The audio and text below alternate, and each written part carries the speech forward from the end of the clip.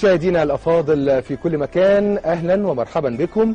أنا محمد عبد أحييكم وحلقة جديدة من برنامج بقعة حرية، تلك المساحة التي نصنعها سويا لتمتد وتصبح فضاء حرا مفتوحا لكل الأفكار. انتهينا مشاهدينا الكرام خلال الأسبوع الماضي من مناقشة قضية الحرية كقضية مركزية في مفهوم التنمية الإنسانية، وقد توسع الكثير من المفكرين في مفهوم الرفاه الإنساني كي يشمل الحياة الإنسانية الكريمة، مثل التمتع بالحرية السياسية والاقتصادية والاجتماعية، وأيضا بتوافر الفرص لاكتساب المعرفة والإنتاج والإبداع. وهو الأمر الذي لن يتأتى أبدا إلا عبر فعل المعرفة نفسه.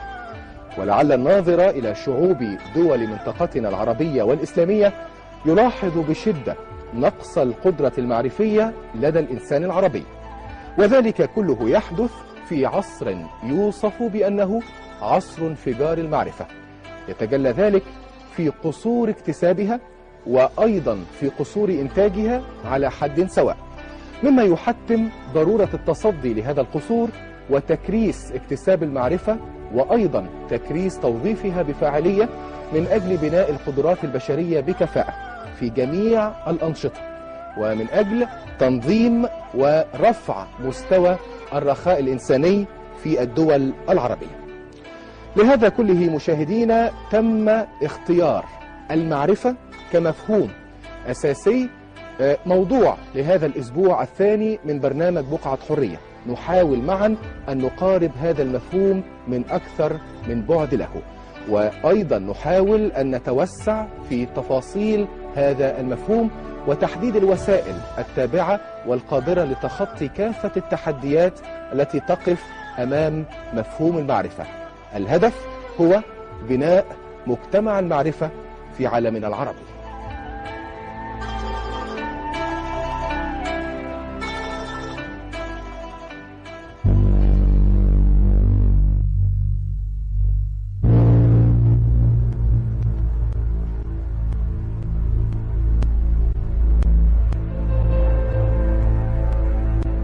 المعرفة أول فعل يمارسه الإنسان ممارسة تتسم بالبساطة والتعقيد في الوقت نفسه، ولذا عني الفلاسفة والمفكرون بالمعرفة حتى استحالت نظرية كاملة ومبحثا مستقلا من مباحث الفلسفة الثلاث.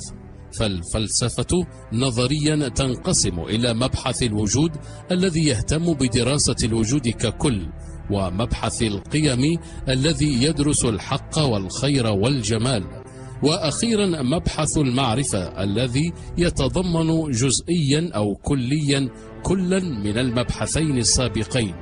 شغلت المعرفة بال الإنسان منذ بدء الخليقة، ولا سيما الفلاسفة الذين اهتموا منذ أقدم العصور بقضية المعرفة من خلال البحث عن طبيعتها وشروط تكونها، واختلفوا في هذا الصدد وسلكوا دروبا شتى، فمنهم من سعى إلى بلوغ الحقيقة وجوهر الشيء كالفيلسوف اليوناني سقراط، ومنهم من رأى أن مجرد إمكانية معرفة الأشياء أو جوهرها أمر مستحيل، وأنكر المعرفة تماما أمثال السوفسطائيين وبيرون.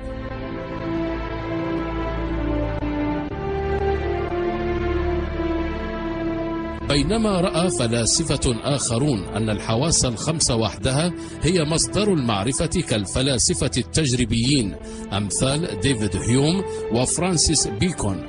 بينما رأى الفلاسفة العقلانيون أمثال ديكارت أن العقل هو مصدر المعرفة وسبيل الحقيقة الوحيد. وفي الفكر الإسلامي لم يكن الفلاسفة المسلمون بمنأى عن دراسة هذه القضية، فقد تحدث الإمام الغزالي عن الشك باعتباره مصدرا من مصادر المعرفة واليقين، يقول: فمن لم يشك لم ينظر، ومن لم ينظر لم يبصر، ومن لم يبصر يبقى في العمى والضلال.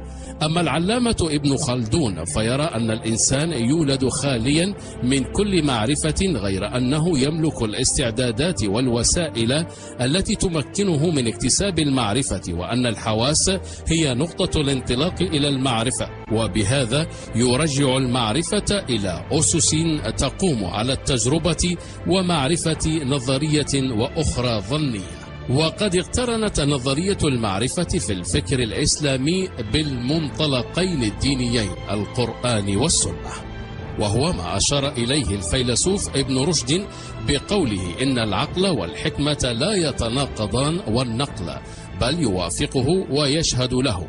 ونؤلف صورا أخرى للمعرفة تدخل في إطار الإشراق والعلوم الظنية، أما كيفية الوصول إليها لا يكون إلا بالتعقل. ولكن هل المعرفة ممكنة؟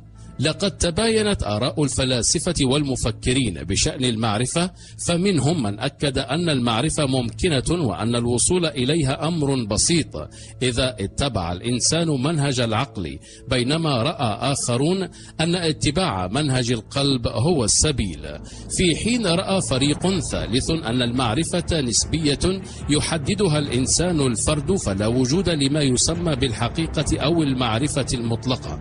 وهكذا تتنوع الإجابات وتختلف الدروب، ويظل الإنسان يسأل كيف نعرف أننا نعرف الحقيقة؟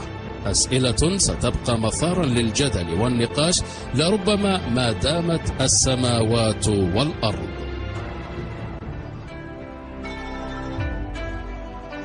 سؤال المعرفة سؤال حير الفلاسفة والمفكرين.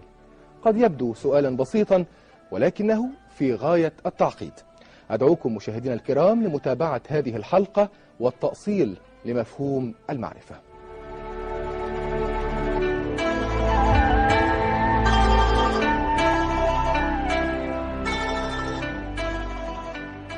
نحاول مشاهدينا في كل مكان أن نجيب عن سؤال المعرفة.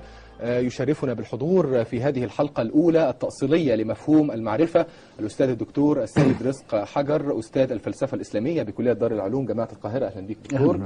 كما يشرفنا أيضا الأستاذ الدكتور علي مبروك، أستاذ الفلسفة بكلية الآداب جامعة القاهرة. أهلا بك. أهلا بك يا أستاذ محمد. نبدأ الحوار مع الدكتور سيد رزق حجر حول مفهوم المعرفة أو سؤال المعرفة.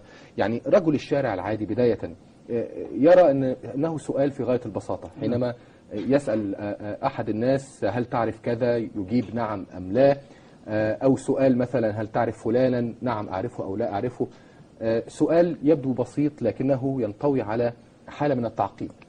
بسم الله الرحمن الرحيم. يعني في البداية لابد أن نشكر قناة أزهرية على هذا الاهتمام أو على هذا التوجه الذي يتعلق بكشف أو إضاءة بعض القيم والحقائق.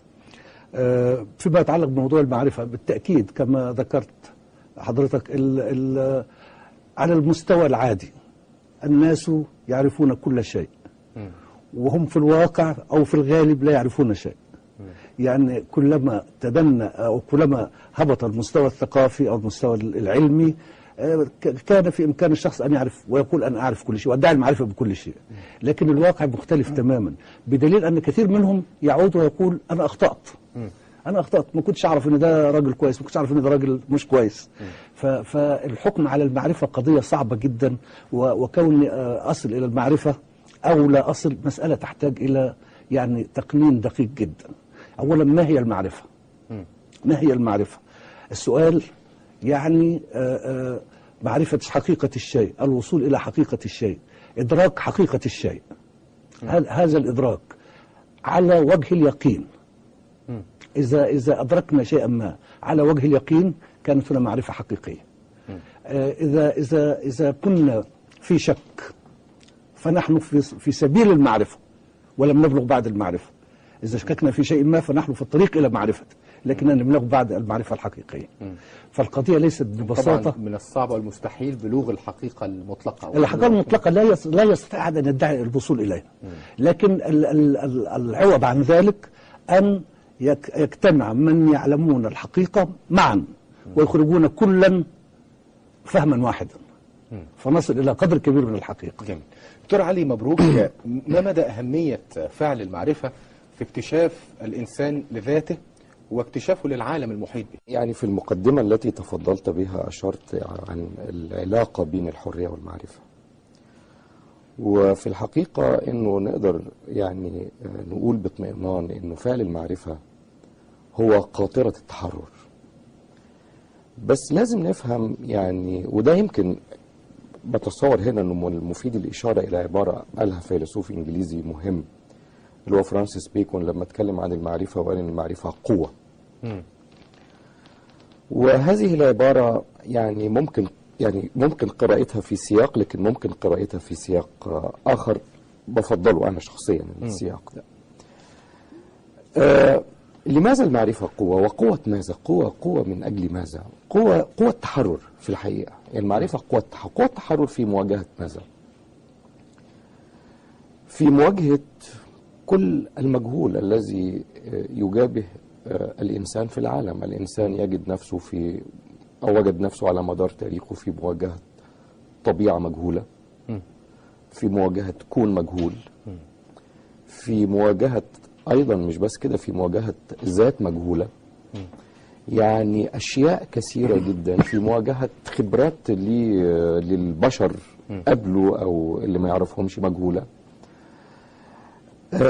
في مواجهة هذا المجهول بدأ الإنسان يبلور هذا الفعل، لأنه المجهول ببساطة ما الذي يعنيه المجهول؟ عندما يكون هناك شيئا يجهله المرء فهو يكون عبد له. أنت عارف الناس عبيد، عدو ما يجهل يعني، وعبيد أيضا مش بس عدو ما يجهل، وعبيد أيضا لما يجهل، والناس يكونوا عبيد أيضا للأشياء التي يجهلونها. عندما تكون الطبيعة مجهولة بالنسبة للإنسان فالإنسان يتحول إلى عبد لها. عندما يكون التاريخ مجهول بالنسبة للإنسان، عندما يكون التراث مجهول بالنسبة للإنسان، كل هذه الأشياء تتحول إلى سلطات قابضة تخضع الإنسان وتقيده.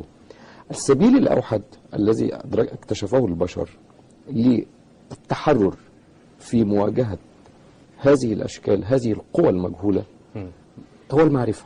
فعل المعرفة في جوهره في الحقيقة، لو سألتني يعني إيه فعل المعرفة، أقول لك إنه فعل المعرفة في جوهره فعل تحرري. فعل تحرر بيحررنا من أشياء مجهولة كثيرة جدا.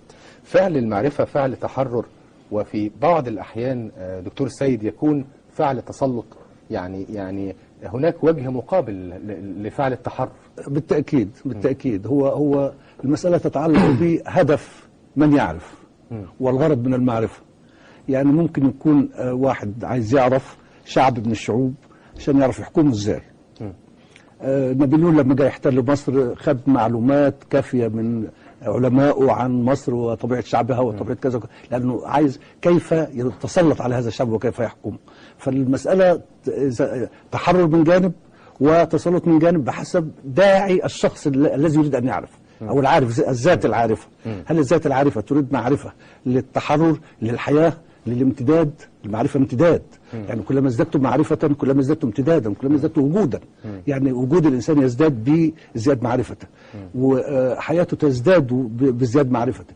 لكن إذا كان الهدف من المعرفة هو التسلط أو القوة، ده إذا الأمر يختلف بحسب الداعي إلى المعرفة وبحسب طبيعة الذات العارفة نفسها. ماذا تبغي؟ ماذا تريد؟ هناك أقوال كثيرة لفلاسفة مفكرين حول فعل المعرفة. يعني المفكر الإنجليزي جون لوك يتحدث ويقول إن المعرفة محكومة دائما بإدراكي للعالم. يعني البوابة الأولى للمعرفة هي بوابة إدراك الذات للعالم أو ما يحيط به. نعم. قبل فقط بس بروح لجون لوك ونفهم يعني ايه المعرفة بوابة او يعني بوابة لإدراك العالم. علي فقط ان انا يعني اشير الى ما اشرت اليه من انه المعرفة ايضا تستحيل الى فعل تسلط في بعض الاحيان. لابد ان نعرف فقط الامر ليس مرتبط بالقصد من المعرفة او بالغرض من المعرفة، بقدر ما هو مرتبط بوضع يصر فيه البعض على احتكار المعرفة. أن تتحول المعرفة إلى فعل محتكر، إلى فعل مؤمن. يعني عندما يتحدث البعض مثلا عن أن هناك علوم مضنون بها على غير أهلها، هناك علوم لا ينبغي إعلانها أو طرحها للعوام أو إلى آخره. يعني الأمر متعلق في الحقيقة بنخبوية المعرفة. المعرفة عندما تتحول إلى فعل نخبوي، وعلينا طوال الوقت أن نقاوم أي مسعى لتحويل المعرفة إلى فعل نخبوي تنتجه نخبة ومن أجل ذاته وتتداوله فيما بينها وتحتكر كنهي العالمة بكل شيء. بالضبط، لأنه هنا احتكار المعرفة يصبح وجها لاحتكار السلطة، السلطة بالمعنى السياسي يعني، ويتحول المثقف في هذه الحالة ويتحول مالك المعرفة في هذه الحالة إلى قناع للمتسلط السياسي في الحقيقة. فعلينا أن ندرك أنه، وهذه التجارب تاريخية يمكن يعني الإشارة إلى نماذج لها كثيرة في تراثنا على الأقل. يعني في تراثنا ابن رشد الذي أشرت إليه قبل قليل مثلا، ابن رشد كان يتحدث في الحقيقة لما نقرأ كتابه فصل المقال فيما بين الحكمة والشريعة من الاتصال، بنلاقي في دعوة غريبة جدا في هذا الكتاب إلى ضرورة عدم إعلان التأويلات للعوام لأنها تؤدي إلى كذا وكذا وكذا وكذا وكذا، بصرف النظر عن كل تحذيراته وكل تحفظاته التي تنتج من يعني طرح المعرفة للعوام، إلا أنه هذه الدعوة لاحتكار المعرفة لا تصح أبدا أن تصدر عن فيلسوف يقال أنه فيلسوف عقلاني وفيلسوف تنويري وإلى آخره. دعني أعود إلى وهو يعني عفوا قبل الحديث عن فكرة لوك وهو إدراكه للعالم من خلال ذاته، استكمالا لما ذكرت حول احتكار المعرفة، وحق المعرفة هو حق يعني إنساني، يعني حق الناس أن يعرفوا ما يدور. هل فكرة احتكار المعرفة كانت مرتبطة بأزمنة محددة؟ يعني اليوم تتساقط كل الحواجز ما بين الحضارات والثقافات والعالم، هناك عالم مفتوح، فضاء مفتوح، وسائل تكنولوجية جديدة. هل هذه الوسائل الجديدة في المعرفة، وسائل الإعلام، وسائل الغير تقليدية، كسرت هذه الفكرة القديمة، فكرة احتكار المعرفة؟ شوف يعني هذا أنا يعني، لكنك أيضا في المقدمة أشرت يعني المجتمعات العربية مجتمعات في إنتاجها المعرفي مجتمعات متدني للغاية. هو هناك فرق بين أن تساهم في مجتمع المعرفة كمستهلك وأن تساهم في هذا المجتمع كمنتج. للأسف المجتمعات العربية إذا كانت يعني إذا بتعيش ثورة الانفجار المعلوماتي والانفجار المعرفي الراهن، فهي تعيش بشكل أساسي كمستهلك وليس كمنتج ومساهم في الإنتاج المعرفي العالمي. ولهذا السبب فهناك احتكارية للمعرفة بمعنى ما، ولكنها احتكارية كونية بقى. انتقلنا من الاحتكار طبقة للمعرفة إلى احتكار مجموعة أو إطار ثقافي معين للمعرفة، وهنا أيضا علينا أن نقاوم هذه الاحتكارية. تحديدا في هذه النقطة سوف يعني نخصص حلقة كاملة، هي الحلقة الرابعة من مفهوم الحرية حول مجتمع المعرفة. لكن نحن في هذه الحلقة التمهيدية نحاول أن نؤصل لهذا المفهوم. عودة لفكرة جون لوك، إدراكي المعرفة هي محكومة بإدراكي للعالم. شوف، جون لوك بيمثل في الحقيقة نقطة تحول مهمة في تاريخ الفلسفة. جون لوك وحتى سابقين من الفلاسفة الإنجليز تحديدا زي توماس هوبز أو فرانسيس بيكون بيمثلوا نقطة تحول مهمة في تاريخ الفكر الإنساني، من نسق معرفة استدلالي إلى نسق معرفة استقرائي، من نسق معرفة استنباطي. المعارف بتستنبط من ما نعتبره معارف أولية أو حقائق أولية ثابتة، وهذه الحقائق يمكن أن يكون مصدرها الوحي أو إلى آخره. يعني نمط التفكير الذي ساد العصور الوسطى الأوروبية. هذا النمط من التفكير أو نمط في إنتاج المعرفة. نبسط الفارق يعني طبعا سريعا ما بين النسق الاستنباطي النسق يعني الاستنباطي أنك تبدأ من فكرة جاهزة وتتنزل من هذه الفكرة إلى أن تستنبط منها عناصرها الأساسية أو مكوناتها الأساسية. أما النسق الآخر اللي بيبدأ منه الجديد بقى، اللي بدأ مع لوك والفلسفة الأوروبية الحديثة بشكل عام، فهو النسق الذي يبدأ من العالم، يتخذ نقطة بدايته من ملحظاتي ومشاهداتي من الجزئيات إلى الأعلى إلى الأكبر. أنا أبدأ من العالم من أسفل.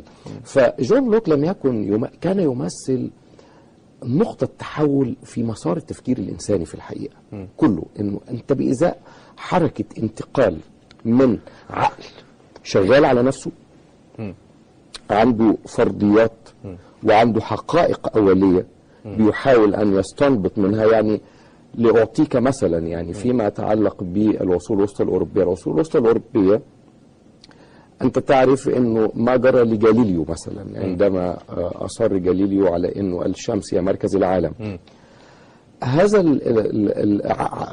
هذا طبعا كان بيتعارض مع فكرة أساسية. الأرض هي مركز العالم بالضبط، أن الأرض هي مركز العالم. الأرض هي مركز العالم.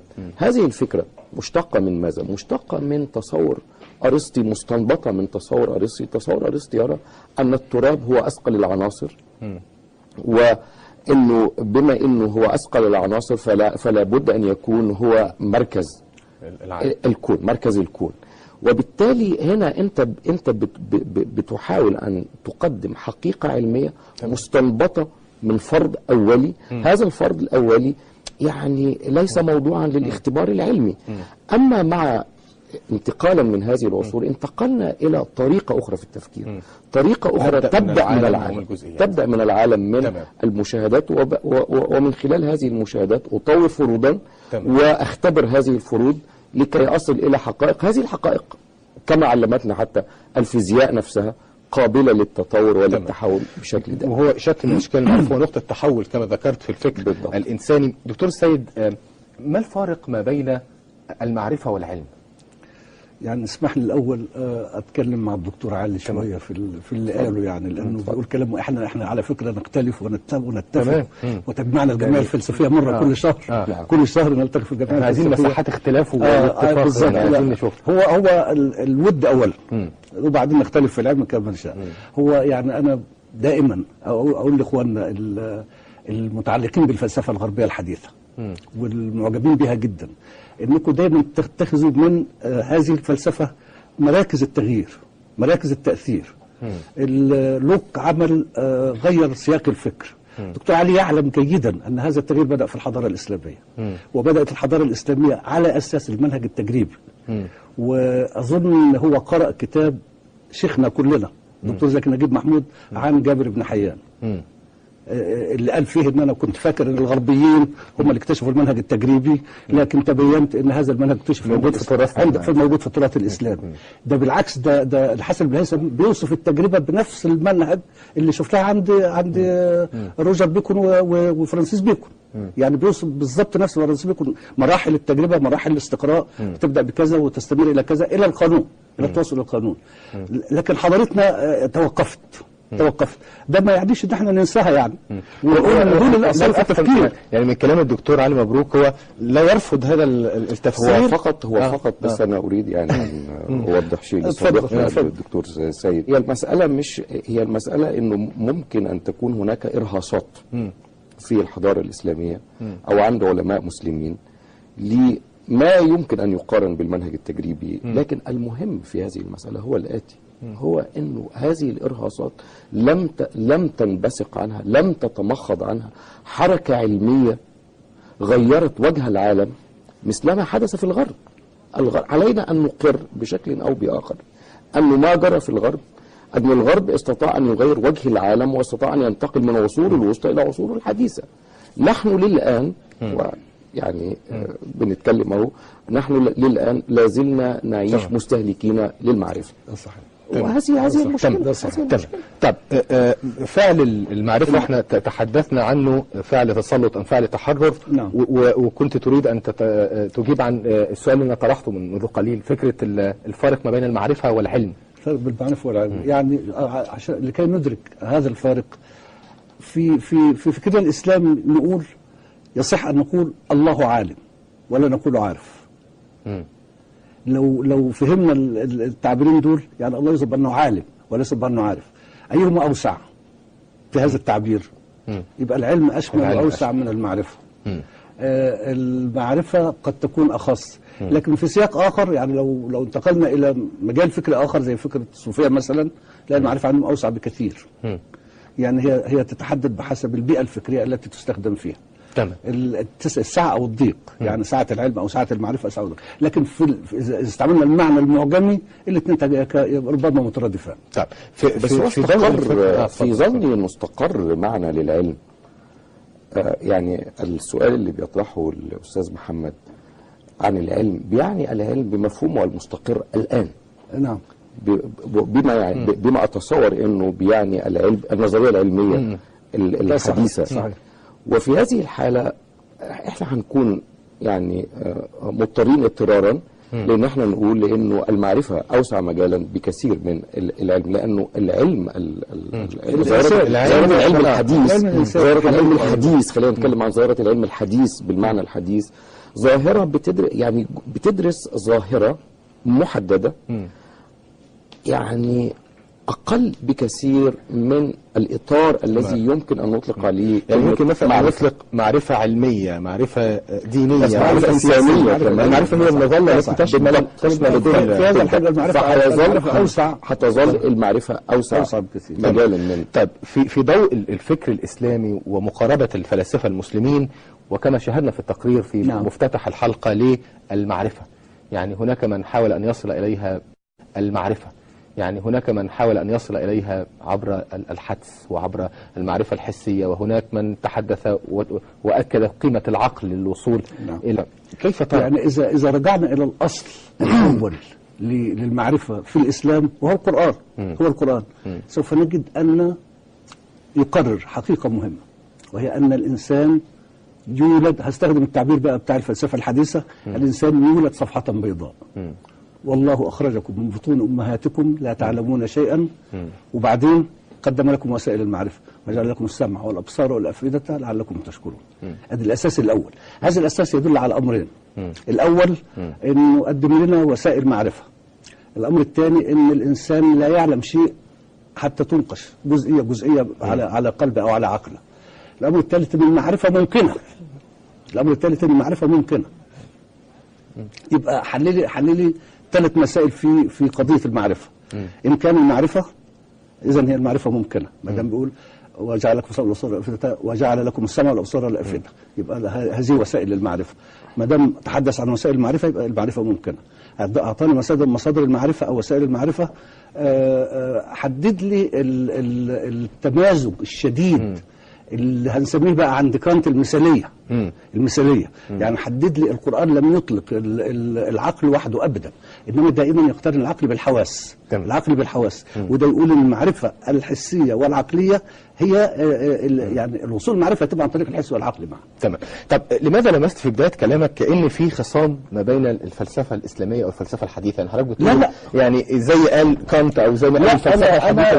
لا اسمح لي، هناك مساحات مشتركة كثيرة يعني. طبعا بالتأكيد أنا بقولش خصام، ده بالعكس، ده هم بيعترفوا، ده هم بيقولوا بصراحة أكتر منا إحنا إن هذا العلم اللي وصل لنا إحنا خدناه عن العرب. وواحد قال كلام أكيد الدكتور علي يعرفه، بروفولت قال كلام يعني أصعب بكتير، أنا ما أقدرش أقوله. بيقول ليس لبيكون لروجر بيكون ولا لساميه دور في العلم، إنما علمهم هو العلم المسروق عن العرب. أنا ما أقدرش أقولها، إنما بروفولت قالها.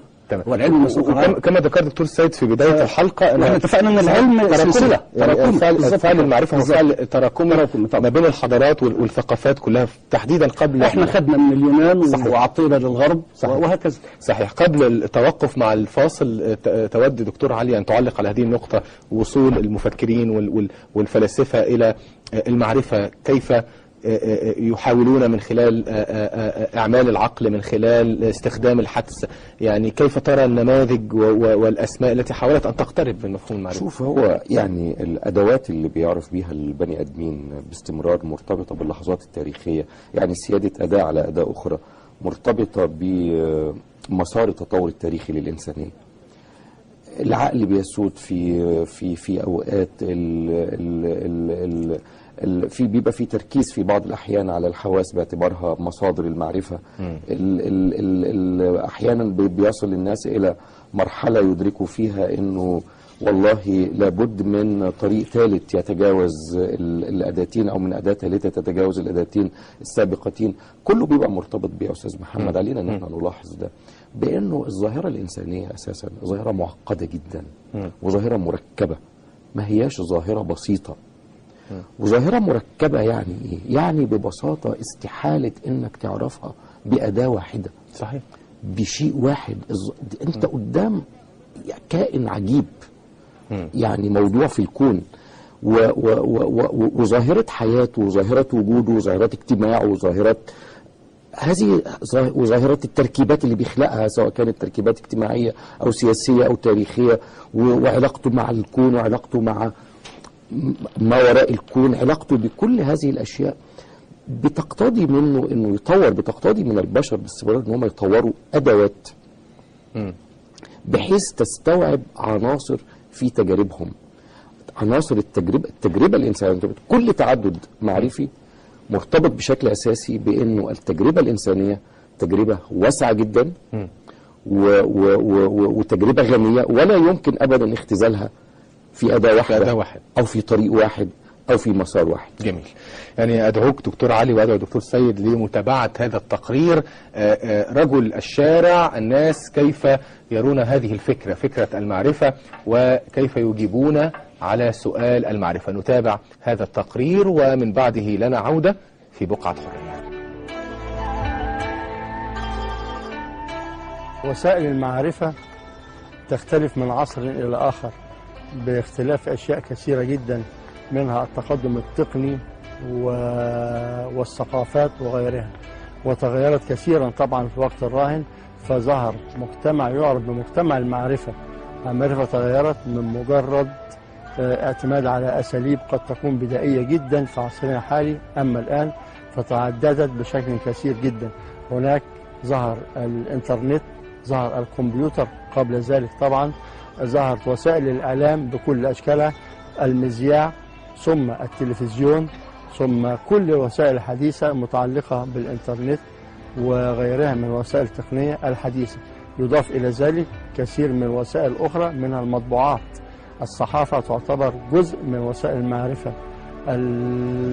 التعليم نفسه بمناهجه يعتبر مصدر آخر من مصادر أو من وسائل المعرفة.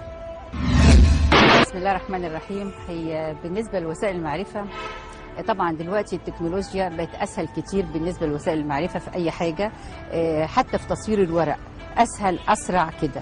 بس دي وسائل التكنولوجيا الحديثة. لكن بالنسبة للمعرفة كان يعني زمان واحنا صغيرين كنا يمكن نقلة الورقة بتثبت المعلومة أكتر، القراية كانت بتثبت المعلومة أكتر. أما دلوقتي سهولة الحاجات دي كلها بتخليني أحصل على المعلومة بسرعة، بس زي ما بحصل عليها بسرعة زي ما بتطير مني بسرعة.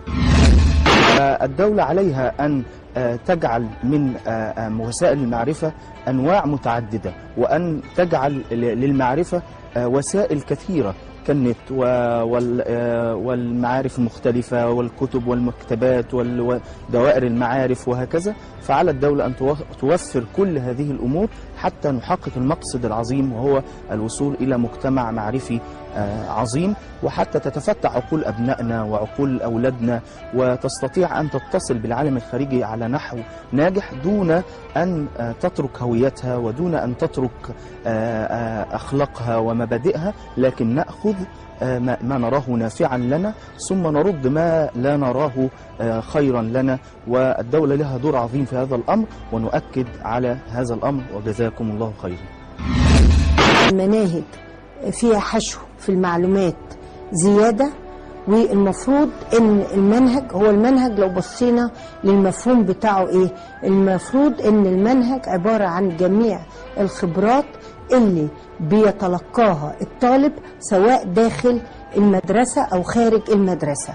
لو احنا بصينا بنظرة للمناهج الحالية هنلاقي لا تتفق مع مفهوم المنهج بمفهومه الواسع من الناحية التربوية الآن، وإنما المناهج كلها بتركز على الجانب المعرفي القائم على الحفظ فقط. تابعنا مشاهدينا الكرام هذا التقرير حول مصادر تلقي المعرفة، وتعليق سريع من ضيفي الكريمين حول هذا التقرير. ما الذي استوقفك فيه؟ الحقيقة أن التقرير كما استمعنا إليه جميعا أعتقد أنه يركز على مصدر أساسي وهو المصدر التعليمي. ربما في إشارة إلى النت، في إشارة إلى، لكن بيركز على المناهج، التعليم، تلقي المعلومات، الحشو في المناهج. فهو كأنه يهتم بجانب معرفي أو بمصدر معرفي واحد. مصدر واحد من مصادر المعرفة هو التلقي عن التعليم. دكتور علي ليك تعقيب على يعني التعقيب الأساسي متعلق بالحقيقة بأنه ما أثير حول سهولة يعني ما أصبح يعني ما يسره العصر الآن من سهولة تلقي المعرفة، وإنه ما يأتي سهلا يذهب سهلا. أنا أستطيع أن أؤكد ذلك بالفعل، إنه في الجامعة بلاقي مثلا طلاب مع كل شغلهم من على الإنترنت على الإنترنت، وبكتشف انه في الحقيقه هذه الاساليب خلقت جهلا مركبا ولم تخلق ابدا يعني معرفة. افهم من هذا الكلام ان فعل المعرفه يحتاج الى مشقه وجهد ومجاهده لكي تحصل على المعرفه. يعني لا، اذا زي ما سمعنا في التقرير، وزي ما قال الدكتور علي، المعرفه اللي بتيجي سهله ايضا بتطلع بسهوله. اذا انا كبت في تحصيل المعرفه، هذا يثبت المعرفه ويجعلها اساس لمعرفه اخرى، يعني منطلق لمعرفة تليها فيما بعد ذلك. فالحقيقة أن المعرفة تحتاج إلى معاناة ومكابدة. يعني ما معنى أن الطالب يروح ياخد كل نصوصه من النت ويجيبها في رسالة وإحنا شفنا هذه الأمور. هذه الأمور لو سألت الطالب تظهر في مناقشة الطالب، لأنه هو حصل المعلومة بسهولة مش عارف يجاوب عنها. صحيح.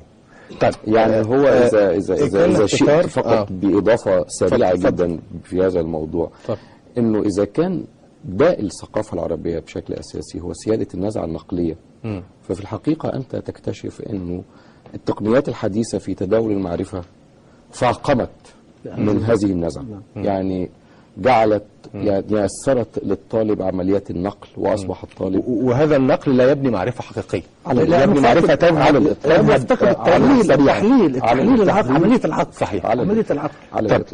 احتكار المعرفة في العالم العربي لفترات طويلة، هل بيكشف وجه آخر هو احتكار السلطة السياسية للمعرفة؟ نعم بكل تأكيد. يعني فعل الاحتكار جوهره يعني واحد، مش بس احتكار السلطة السياسية، احتكار كمان السلطة المجتمعية، سلطة في المجتمع.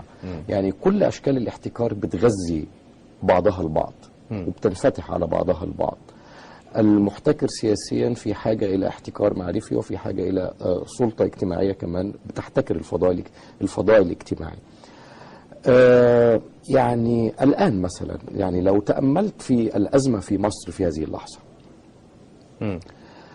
أزمة مصر في الحقيقة هي أزمة نخبة ظلت مشغولة طول الوقت بتداول معارف تخصها، معزولة في عزلة كاملة عن مجتمعها، وفوجئت بدا وكأنها مفاجأة في النهاية عندما وجدت أن هذا المجتمع يلفظها ويعني يعود إلى ما يتصوره تاريخه وثقافته إلى آخره. هذا الذي يحدث في الحقيقة هو نتاج سنوات من نخبة معزولة تحتكر المعرفة، تحتكر مفاهيمها، تحتكر مصطلحاتها، ولا تتواصل مع رجل الشارع البسيط. هذه النخبة تتحدث مع نفسها. بالضبط هي نخبة بالفعل تتحدث مع نفسها ومعزولة عزلة كاملة عن هذا وبالتالي عندما وجد هذا المجتمع، عندما وجد نفسه حرا، فلم يجد أمامه إلا ثقافته التقليدية يعول عليه، إلا معرفه التقليدية يعول عليه. هذا هو جوهر، يعني هذا الذي نعيشه في مصر وفي العالم العربي في هذه اللحظة هو نتاج عملية الاحتكار. هذه نخبة لم تنفتح على مجتمعها وظلت تعيش في عزلة بعيدة عنه، وهذا هو الحصاد الذي تحصد هذه النخبة الآن. يبدو أن هو حصاد مر. يعني حتى احتكار المعرفة اللي بيتكلم عنه الدكتور علي، وانا طبعا عارف آراءه في المسائل دي، هو ده هم مش احتكروا المعرفة فقط، احتكروا المعرفة واحتكروا الثروة واحتكروا الوقت واحتكروا عمرنا احنا، عمر الشعب، احتكروا حياتنا، احتكروا حياتنا كلها، مش بس اللي احتكروا كل شيء. تمام. في اشكال كثيرة جدا باحتكار السلطة السياسية، وأيضا توظيف الدين، يعني احتكار الدين أو فهم معين للدين بشكل في نوع من التسلط. وهناك دول قامت على هذه الفكرة، فكرة احتكار الحقيقة المطلقة، دول دينية يحكم عليها التاريخ، يعني هي نجحت أو فشلت. هناك دولة أكثر من دولة تتحدث باسم الدين بشكل مباشر، دولة إيران وغيرها، السعودية. يعني هذه الفكرة أن يحتكم السلطان بما بيديه من سلطة سياسية على الأرض، وأيضا احتكار الدين أنا أعتقد أن في الواقع هذه الوسيلة لكل نظام دكتاتوري، ولذلك انا بقول لما نيجي نحاسب على الفساد اللي حصل في مجتمعنا لازم نجيب اولا رجال الدين الرسميين. رجل الدين الرسمي اللي هو بيشتغل بس مبرر للسلطان ومفتي للسلطان، لان دي مساله خطيره جدا. يعني اذا كان الحكام افسدوا فده جزء من افسادهم، اذا كان الحكام افسدوا فالصحفي اللي كان بيكتب مقاله في الصفحه الاولى جزء من افسادهم. مسائل كثيره محتاجه تطهير. فالواقع ان استغلال الدين في السياسه بيخرج الدين عن طبيعته، يعني حتى بيفسد الدين. يعني انا بسمع اراء في الدين لا تتفق مع الدين، لما يقولوا ان الخروج على السلطان الجائر حرام ويعلنوها، ولما يقولوا ان الاستعانه هناك ايام حرب الخليج في السعوديه الاستعانه بالاجنبي حلال، استعانه بالاجنبي على المسلم حلال، ويجيبوا تدخلات ويجيبوا توظيف للدين، يفسد الدين نفسه. يعني يفسد او بيعرف الراجل العامي الدين بطريقه خاطئه. تمام. دي مساله خطيره جدا. فعل المعرفة فعل تراكمي، تحدثنا عن المعرفة التراكمية. هناك من يتحدث من أجل بناء نهضة جديدة وتحول جديد فكري يجب أن نحدث ما يعرف بالقطيعة المعرفية مع الماضي. وهناك طروحات لمفكرين يعني أسماء كثيرة، أدونيس مثلا وغيره تحدث عن هذا المفهوم. فكرة القطيعة المعرفية يجب أن نهدم قيما قديمة ونستبدلها بقيم جديدة ونتقاطع أو نقطع الصلة بالماضي. كيف ترى هذا الطرح؟ أنا هوضح طبعا مفهوم القطيعة المعرفية كما جرى استخدامه في العالم العربي يعني في السنوات الأخيرة، لكن يعني اسمح لي بس يعني كمان أعلق على مسألة الاحتكار الدين وتوظيفه في الحصول على مكاسب سياسية أو في احتكار الفضاء السياسي. يعني صحيح. أنت تحتكر الدين من أجل أن تحتكر الفضاء السياسي، توظيف معرفة دينية لخدمة سلطان. بالضبط. يعني هذه المسألة في الحقيقة يعني نحن ننتقدها بكل قوة، لكن أنا بتصور أن احنا لا نفعل ما يكفي لمواجهتها. وكيف نواجهها؟ ببساطة يعني الجمهور العادي لا يعرف يعني من في تراثه الديني أو من فكره الديني إلا سردية واحدة مستقرة، ويرى أنه هذه السردية هي الدين، وهي الدين الصح والدين الحق وإلى آخره، رغم أنه هذه سردية من بين سرديات أخرى. يعني التراث الإسلامي ما هواش أبدا، والدكتور سيد أعتقد أنه يوافقني على هذا، لا يمكن اعتباره ساحة لسردية واحدة أو لصوت واحد. هو ساحة لسرديات متعددة وساحة لأصوات متعددة. بتصور أنه في السياق الراهن تمام لابد من فتح الجمهور على هذا النوع من المعرفة. تمام. بدل أن تكون هناك سردية واحدة تمام تحتكر الساحة، يبقى أمامه أكثر من طرح فكري وأكثر من سردية. لابد أن نفتح الباب. عفوا عشان وقت البرنامج بيداهمنا يعني عودة إلى هذا المفهوم القطيعة المعرفية، لأنه مفهوم مهم. مفهوم القطيعة المعرفية لا يعني هو أدونيس لم يستخدم هذا المفهوم استخدام مباشر، ربما استخدمه المفكر المغربي الكبير محمد عبد الجبري، هو اللي استخدم صحيح. هذا المفهوم، واستخدم هذا المفهوم مستعيرا له من سياق الفلسفة الفرنسية المعاصرة. المفهوم لا يعني أبدا أي هدم ولا أي نقد ولا أي رفض. بالمناسبة هو الذي يعنيه المفهوم ببساطة أنك تنتقل من أسلوب ما في معالجة التراث وفي معالجة الماضي إلى أسلوب آخر. دعني أعطيك مثلا أنه مثلا يمكن أن نذهب إلى التراث من أجل البحث فيه عن حلول لأزماتنا. مثلا هذا أسلوب في التعامل مع التراث، وهذا الأسلوب كان مستقر على مدى سنوات طويلة. الطرح اللي بيطرحه الجبري هو أنه إحنا هننتقل من هذا الأسلوب في التعامل مع التراث إلى أسلوب آخر يلح على معرفة التراث، أن يتحول التراث إلى موضوع نعرفه، نقرأه في سياقه التاريخي، نربطه بهذا السياق التاريخي والمعرفي الذي تبلور فيه، ونفتح الباب عبر هذا الربط. بما أنه أنا كقارئ، أنا كمان كقارئ عندي سياق معرفي وتاريخي مختلف، أفتح الباب لأن يكون لي معالجة مختلفة تمام. طريقة مختلفة في التعامل مع هذا التراث. نظرة أخرى كيف أتعامل مع التراث. بالضبط. الأمر يتعلق كما أشرت بالضبط بتغيير النظرة تمام. إلى التراث تمام. فقط. طب كلمة أخيرة الدكتور سيد رزق حجر فيما يخص ما يطرح من مفاهيم تتعلق بالقطيعة المعرفية مع الماضي. يعني هو الحقيقه زي ما قال الدكتور علي، القطاع المعرفيه احنا لو شفنا نهضه اوروبا لم تقم ابدا على اساس قطاع معرفيه.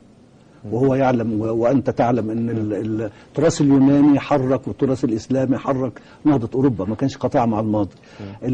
لكن ما نقولش ان الماضي هو كل شيء، الماضي ليس مقدس. لابد ان نعلم ان التراث الاسلامي ليس شيء مقدس، المقدس هو القران والسنه. النص القران ونص السنه، كل ما عدا ذلك فهمي وفهمك وفهم فلان وفهم فلان، هذا ليس مقدس. انما احنا بناخد الاتجاه اللي فيه الدليل، اللي ممكن يمشي بدليل، ولا ورأي فلان في هذا الجانب لا يعاد رأي فلان في هذا الجانب، لأن هذا اجتهد وهذا اجتهد. فالمسألة ان احنا نترك باب الاجتهاد، ودي الدعوة اللي بينادي بها كل المصلحين تقريبا، احنا نفتح باب الاجتهاد على مصراعيه. تمام. لأن النهضة مش هتتم إلا بهذا. يعني وصلنا إلى ختام الحلقة، ويعني نتمنى أن نكون قد حاولنا الإجابة على هذا السؤال. هو سؤال صعب للغاية، سؤال المعرفة، لكن على وعد مشاهدينا باستكمال هذا المفهوم في الحلقات القادمة في هذا الأسبوع. نشكر الأستاذ السيد رزق حجر، أستاذ الفلسفة الإسلامية بكلية دار العلوم جامعة القاهرة. شكرا لك يا فندم، شرفتنا، وشاكرين تلبية الدعوة. كما أشكر أيضا وتوجه بالشكر العميق للأستاذ الدكتور علي مبروك، أستاذ الفلسفة كلية الآداب جامعة القاهرة. شكرا لك. ألف شكر.